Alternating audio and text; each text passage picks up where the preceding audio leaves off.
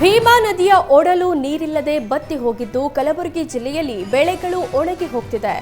ಬಚಾವತ್ ತೀರ್ಪಿನ ಪ್ರಕಾರ ನೀರು ಬಿಡಬೇಕಾದ ಮಹಾರಾಷ್ಟ್ರ ಸರ್ಕಾರ ಮೌನವಾಗಿದೆ. ಇತ ರಾಜ್ಯ ಸರ್ಕಾರದಿಂದಲೂ ಸಿಎಂ ಸಿದ್ದರಾಮಯ್ಯ ಕೂಡ ಒಂದು ಪತ್ರ ಬರೆದು ಸೈಲೆಂಟ್ ಆಗಿದ್ದಾರೆ ಅಂತ ನದಿ ಪಾತ್ರದ ರೈತರು ಆಕ್ರೋಶ ವ್ಯಕ್ತಪಡಿಸಿದ್ದಾರೆ. ಬಚಾವತ್ ತೀರ್ಪಿನ ಪ್ರಕಾರ ಮಹಾರಾಷ್ಟ್ರ 95 ಟಿಎಂಸಿ ನೀರು ಹಾಗೂ ಕರ್ನಾಟಕ 15 ಟಿಎಂಸಿ ನೀರು ಬಳಸಿಕೊಳ್ಳಬೇಕು. ಪ್ರವಾಹ ಸಂದರ್ಭದಲ್ಲಿ ಹೆಚ್ಚುವರಿ ನೀರು ಹರಿದು ಬಂದು ಸಂಕಷ್ಟ ತರೋದು ಬಿಟ್ರೆ ನಂತರ ಒಂದೇ ಒಂದು ಹನಿ ನೀರು ಸಹ ಮಹಾರಾಷ್ಟ್ರ ಬಿಟ್ಟಿಲ್ಲ.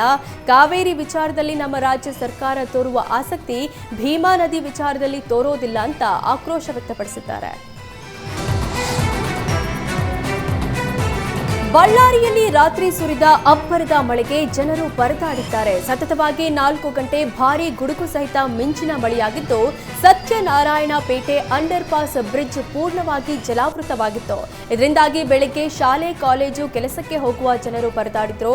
ಬಳ್ಳಾರಿ ಪೋಸ್ಟ್ ಆಫೀಸ್ನ ಪ್ರಧಾನ ಕಚೇರಿಯ ಆವರಣದಲ್ಲೂ ನೀರು ನಿಂತಿದ್ದು ಕಚೇರಿಗೆ ಬರುವವರೆಗೆ ಸಮಸ್ಯೆ ಎದುರಾಗಿತ್ತು.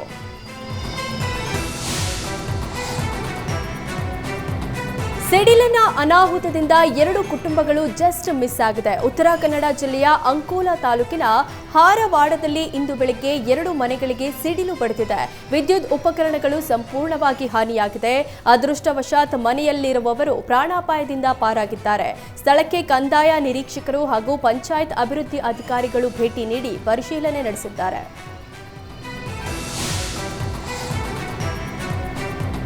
ಸಾಗರ ನಗರಸಭೆ ರಂಗಮಂದಿರದಲ್ಲಿ ವಿವಿಧ ಇಲಾಖೆಗಳ ಫಲಾನುಭವಿಗಳಿಗೆ ಸವಲತ್ತು ವಿತರಣೆ, ವಿವಿಧ ಅಭಿವೃದ್ಧಿ ಕಾಮಗಾರಿಗಳ ಶಂಕುಸ್ಥಾಪನೆ ಕಾರ್ಯಕ್ರಮ ನಡೆಯಿತು. ಜಿಲ್ಲಾ ಉಸ್ತುವಾರಿ ಸಚಿವ ಮಧು ಬಂಗಾರಪ್ಪ 100 ಕೋಟಿ ಕಾಮಗಾರಿಗಳಿಗೆ ಶಂಕುಸ್ಥಾಪನೆಯನ್ನ ನೆರವೇರಿಸಿದರು. ಒಳಚರಂಡಿ ಕಾಮಗಾರಿಗೆ 20 ಹಾಗೂ ಪ್ರಥಮ ದರ್ಜೆ ಕಾಲೇಜಿನ ಕೊಠಡಿ ನಿರ್ಮಾಣ ಕಾಮಗಾರಿಗಳಿಗೆ ಶಂಕುಸ್ಥಾಪನೆ ನೆರವೇರಿಸಲಾಯಿತು.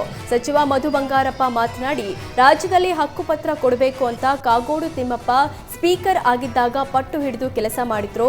ನೆನೆಗುದಿಗೆ ಬಿದ್ದ ಯೋಜನೆಗೆ ಈಗ ಮತ್ತೆ ಚಾಲನೆ ಸಿಕ್ಕಿದೆ ಅಂದ್ರು.